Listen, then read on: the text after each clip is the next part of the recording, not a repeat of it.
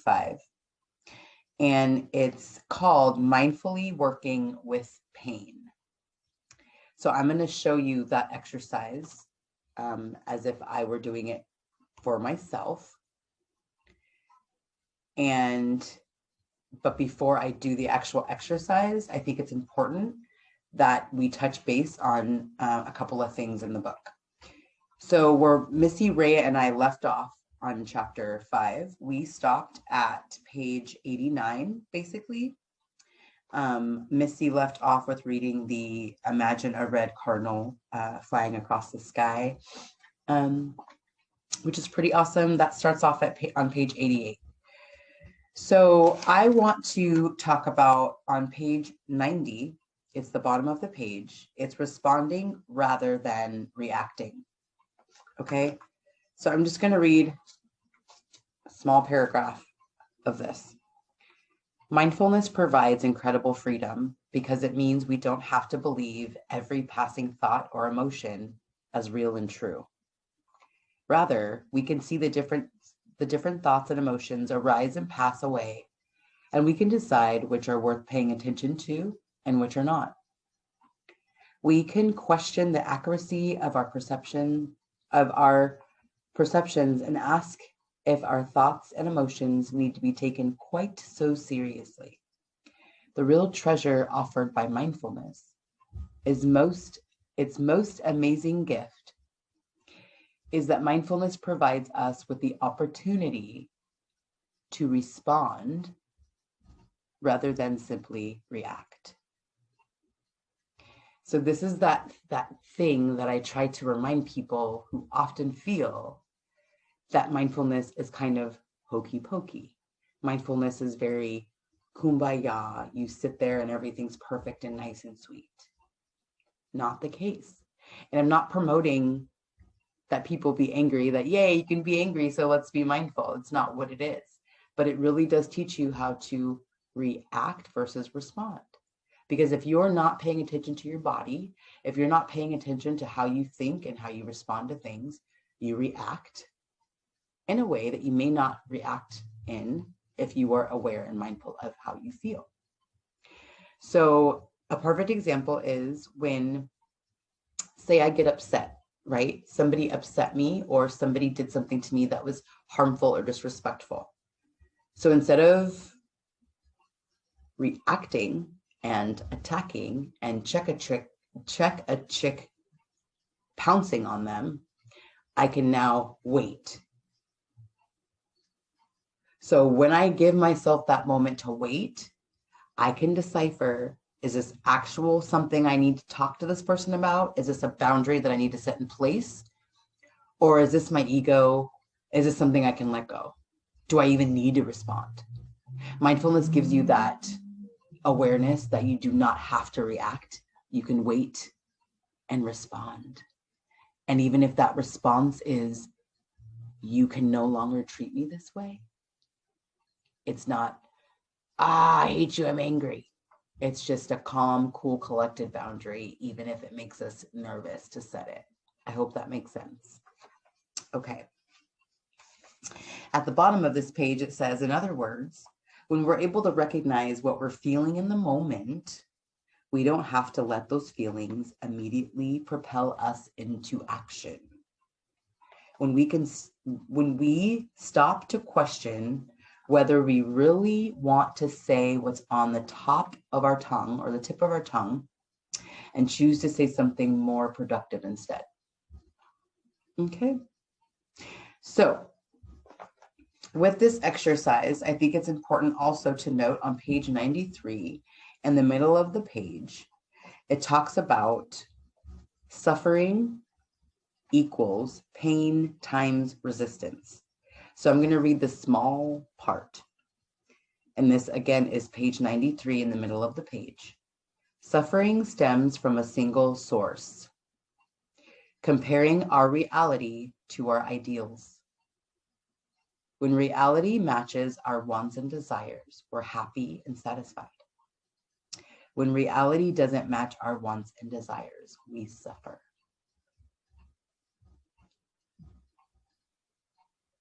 We suffer.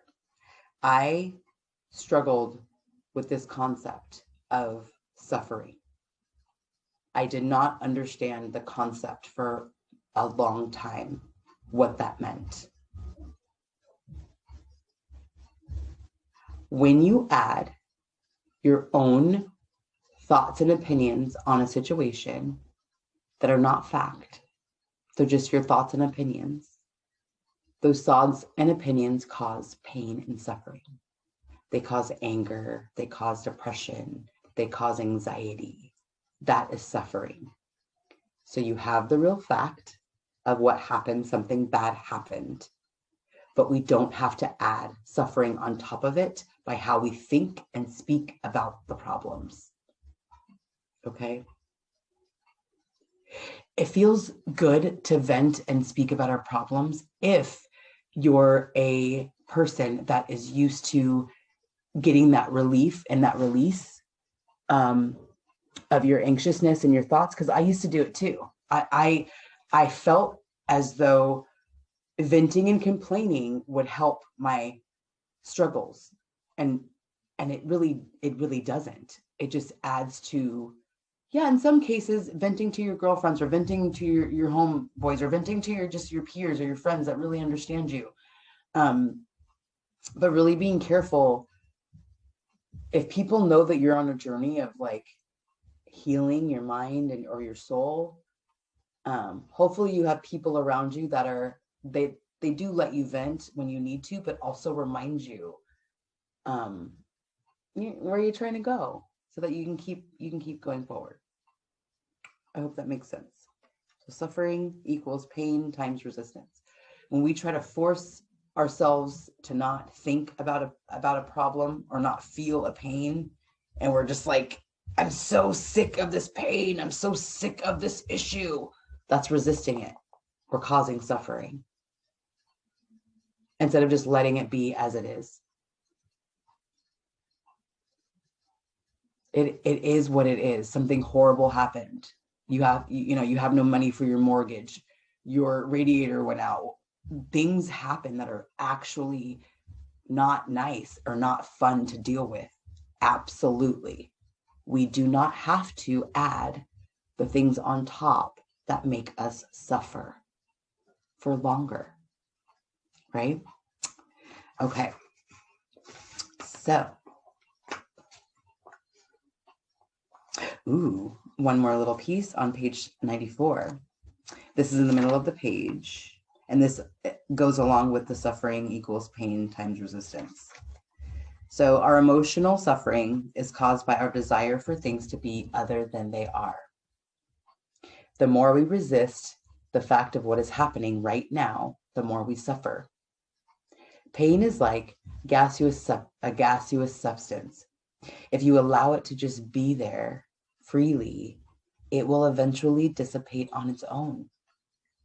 If you fight and resist the pain, however, walling in it into a confined space, the pressure will grow and grow until there is an explosion. Resisting pain truly is banging your head against a wall of reality. When you fight against the fact that pain is arising, arising in your conscious experience, you are piling on feelings of anger, frustration, and stress on top of the pain. This only exacerbates your suffering. Okay, so let's get to the homework. So the actual homework is on page 95.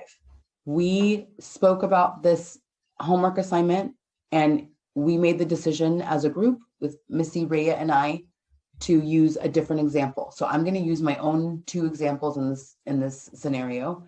The example that they use in a book is to hold ice in your hand to feel discomfort and be with your discomfort.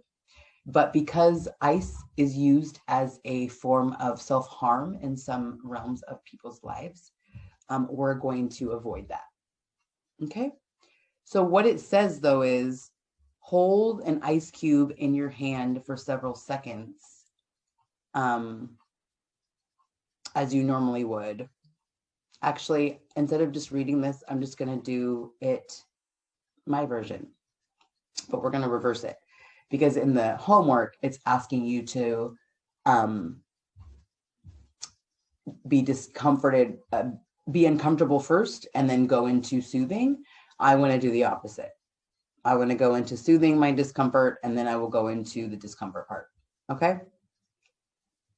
So this exercise is called mindfully working with pain. So when you are dealing with pain, say, for example, right now, I'm going to use myself as an example. I have chronic pain. Even though I have 2 brand new hips, I still have severe sciatica problems in both sides of my sciatica, down both my lower back, bottom. It goes all the way down the back of my legs. The whole sides of my thighs are numb. At the same time, my little Chewini, he's about this big, if he steps on my leg at all, because he walks and crawls on us to sit down, if I'm not paying attention, because I won't feel him at first, but as soon as he puts one little weight down of his little paw, it's a reflex. I automatically push him off. I'm always in pain. Okay. How we can sit with our discomfort. This is an example of how we would do it and how we would speak to ourselves. If I'm sitting in a meditative state, or I'm walking to the store, or whatever the case is, I'm acknowledging the pain. I feel a stabbing pain in my side, in my hip joint, in the right hip. My right hip feels worse than the left. I see you, pain. I can feel you. I can put a hand over it, nurture it. I feel you, pain. I feel you, sciatica, going all the way down my back. I see you.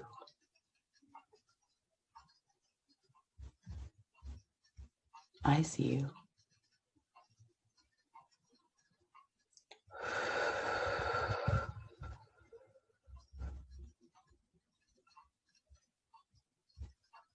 Oh, now it's going down my leg. It's burning down my leg. I feel you. I feel that. It does burn. It's very uncomfortable. It is. I see you. I see you, pain. It's traveling down my leg, wrapping around the front of my calf, a dull ache. I feel you. I see you. Now, in emotional pain, for example,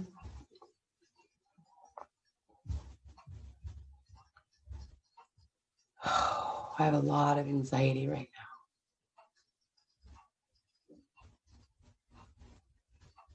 now. I'm actually really upset right now. I'm actually really pissed.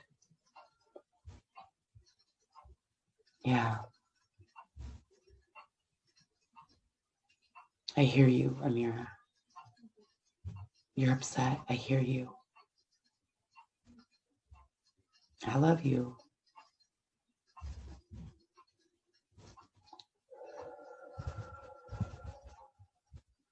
It's really hard to deal with other people's stuff. And you feel attacked. And you feel unheard. And what happened to you and what was said to you didn't feel good.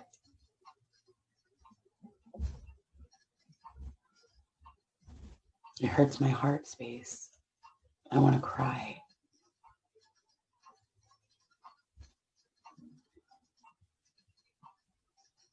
It's okay to cry, Amira. It's okay.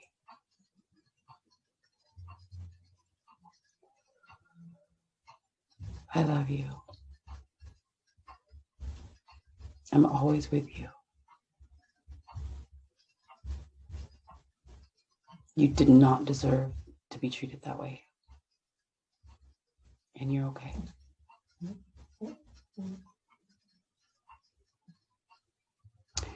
Now, I want to do the opposite. And I want you to take a deep breath before we get started, because it could be difficult. And the feelings and emotions will come up, and that's okay. I'm here with you. If you need to take a break, you can. But this is how it would look if I were to be not aware of my thoughts when in pain, physically and emotionally. I'm so sick of this pain. I feel like I have a butcher knife stabbing me in the side. When is this going to stop? I'm only in my 40s. Why is this happening to me? I'm the only one this young having to use a cane and a walker. It's not fair. This is bullshit. This isn't right.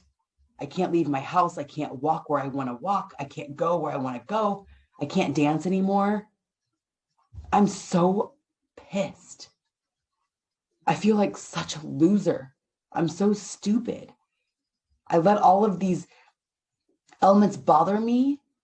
I let people's emotions and things get to me. I'm so stupid. I'm so insecure. My gosh, why don't I have more confidence than that? What a loser. Jeez, Amira.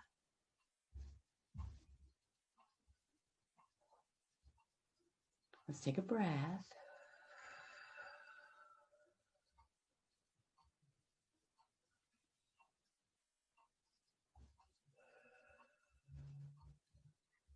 Do you notice the difference between speaking kind to yourself in the moment of discomfort and not speaking kind to yourself in the moment of discomfort? I was using words that I used to use prior to really understanding this concept. And when I was in the thick of my hip pain and having to use a walker and a cane, being in my 30s, having such a heavy limp that I never imagined in my mind that I could walk straight up again, walk upright. The things I was saying to myself was adding to my depression and my anxiety. And me telling myself that I can't do this and I can't accomplish this and I can't do that, that allowed me to suffer a lot longer. And so today I can sit here still with chronic pain, just in different ways. When I woke up from hip number 1 being done, I remember the feeling of, oh my gosh, I don't feel a stabbing butcher knife in my hip. And then seconds later, I was like, oh my gosh, what's that pain? And immediately both my sciatica, just the rush of pain. I already had sciatica problems before I got my hips replaced. But after hip number 1 was replaced, my sciatica issues magnified. So now I have 2 new hips and I can stand up straight. But now I have severe sciatica. Now I have severe numbness. At the same time, dull, achy pain. So I'm constantly in discomfort, right? But the way I think about my discomfort and my problems and circumstances is through a lens of love. Even when I'm having full-blown anxiety, I'm aware that I'm having anxiety, why I'm having the anxiety, and I'm loving myself through it. Okay? So please let me know what you feel, what your thoughts are. And just know that anytime when you're doing this work, if you need to take a break, take a break. This is lifelong work. I'm never going to be done with my work in mindfulness. I'm never going to stop being a student and learning more.